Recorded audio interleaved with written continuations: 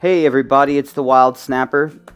I just wanted to give you guys a quick update on a lot of the firearms that I've been working on recently. First will be this Leach and Rigdon that Squibload owns. What ended up happening is when you buy a Leach and Rigdon from Uberti, it has the 51 Navy cylinder with the naval scene on it, which obviously is not correct. So what I ended up doing is I had another cylinder, but it was laser engraved, and I completely cleaned it out and re-blued it. It is a very, very close color to the blue. It's just a tiny, ever so tiny bit lighter than the actual blue from the gun. And so the next part would be the grips.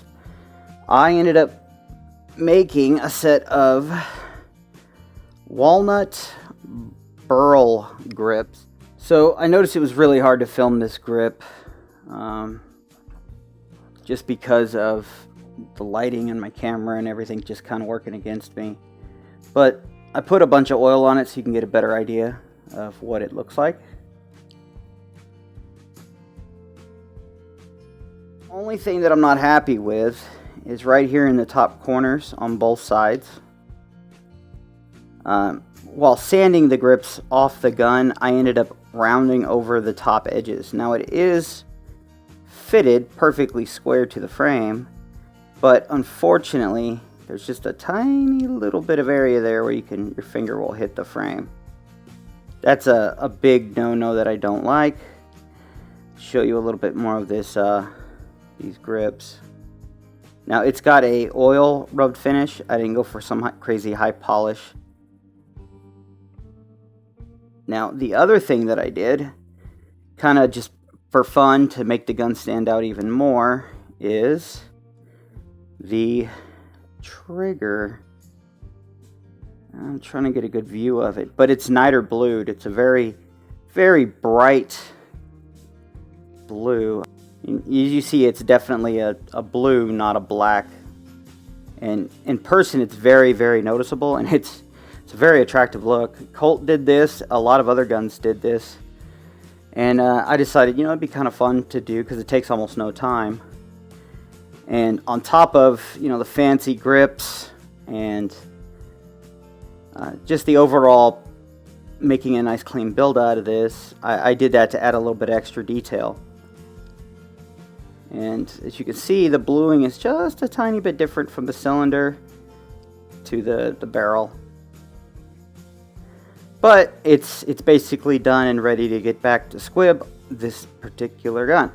Now, Squib told me I can shoot this gun, and I was planning on doing that. But I really don't want to get any scratches on the gun at all, since it's not mine, and I put so much freaking effort into it. This bluing was not easy for the cylinder. Nothing I was using was working very well. So I actually ended up trying a different way of bluing, which is just like niter bluing. It's potassium nitrate and a large pot basically melted. The salt melts down so you can blue. There's a lot of oxygen and potassium nitrate. So in theory, the longer you leave it in there, it'll turn black. And that's what ended up happening with this. Instead of that really bright blue finish you normally think of with a niter blue, it ends up turning black. It's very, very consistent, and it looks very, very, very good. I think if you did an entire gun with that color, you wouldn't be able to notice it in any way, shape, or form. It's a very pretty blue, bluish black, basically. It's a very dark, dark, dark blue to the point where it's almost black. But it ain't quite as black as the barrel. It's very close, and you would have to probably look at it pretty hard in the sun to know it. But since I did it, I obviously see it much easier because I know it's there.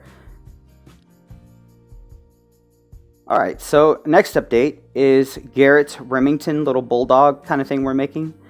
There was a problem we ran into, and I was at the very last bit to where I was just about to clean this gun up, get it polished for nickel plating. And I was putting the front sight on.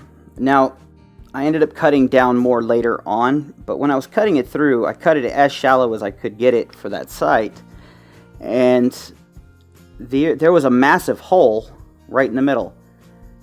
Now that hole was much higher. I ended up deepening this hole to actually see how bad the extent was, and when it was nowhere near as deep as it is now, the hole was right there, and using a just a little pick, I was picking at it, and it ended up breaking through into the barrel, which sucks.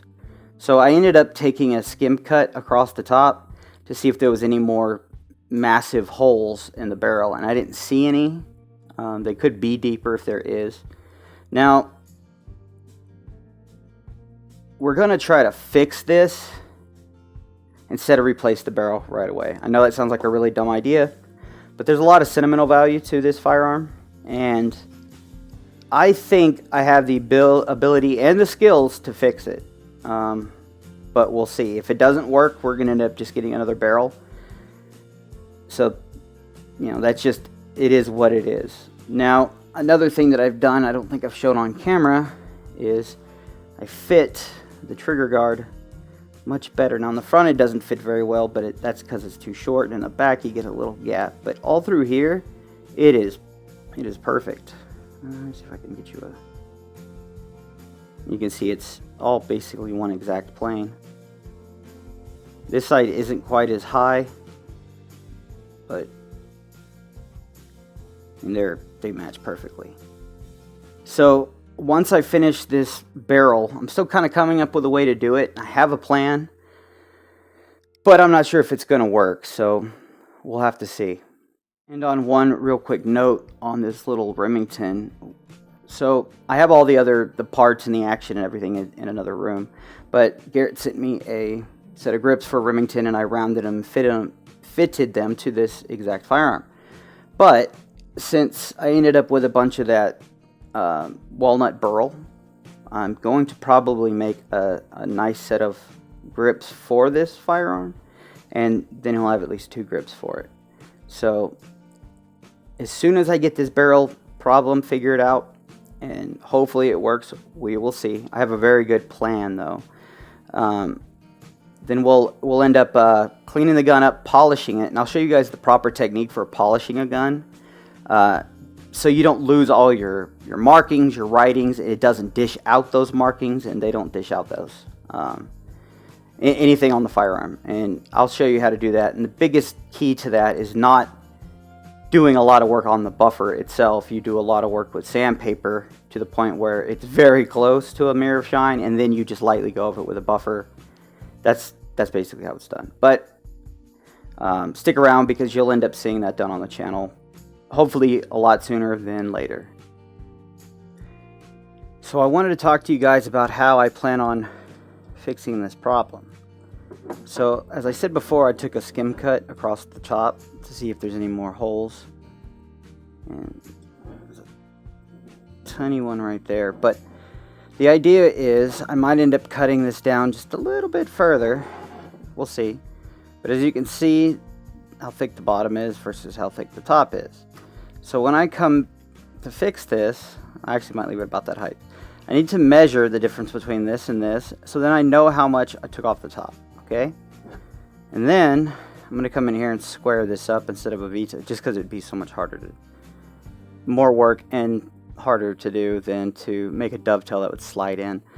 So the idea would be to, whatever thickness this top piece is, I don't remember how much I ended up cutting off the top, but imagine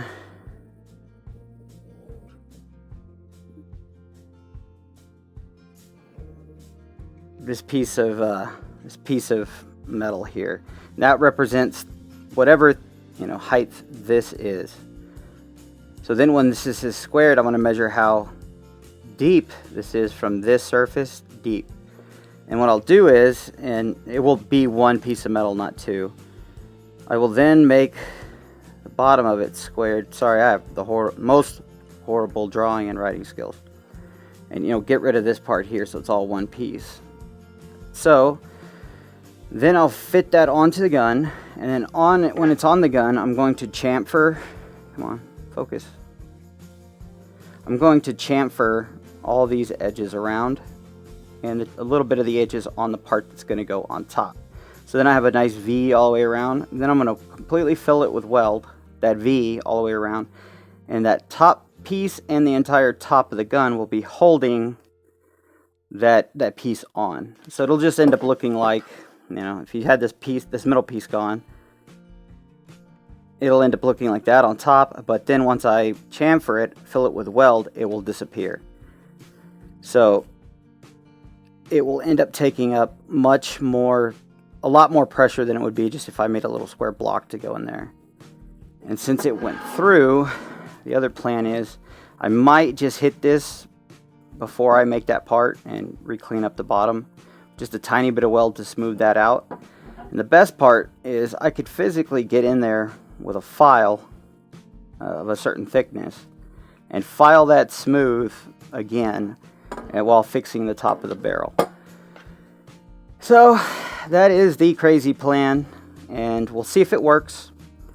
And being that the barrel is so short, I'm not expecting it to be crazy high pressure, you know, that far over, since that is the end of the barrel. And if it is, it's very short and very quick. And then also the added leverage of having a larger piece welded much more surface area. So you guys let me know what you think. It is really sketchy. We should really just be buying a barrel or getting a barrel to put on it. But since the sentimental value, I'm going to try fixing it. And I'm also looking at the idea of drilling out the barrel and putting a barrel blank or barrel insert on the inside so it has new rifling. That will also help the strength of the barrel quite a bit. So I'm filming this on Saturday the 2nd. Today was the day we planned to shoot the Griswold in Gunnison. Because of wind and a bunch of other little things, I didn't have a very large window to shoot it in. And we ended up not being able to use that window. But tomorrow, I am not impeded in any way, shape, or form. I have all day to do it. So tomorrow will definitely be the day we shoot it. I was really hoping to shoot it today, but as life goes, I didn't. So stick around for that too as well, guys.